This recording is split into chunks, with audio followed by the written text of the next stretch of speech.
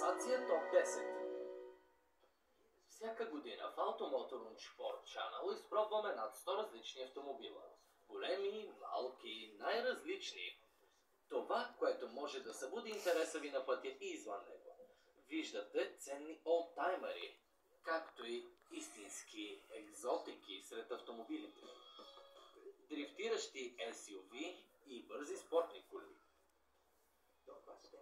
Но какво мислят хората, които стоят зад кадър?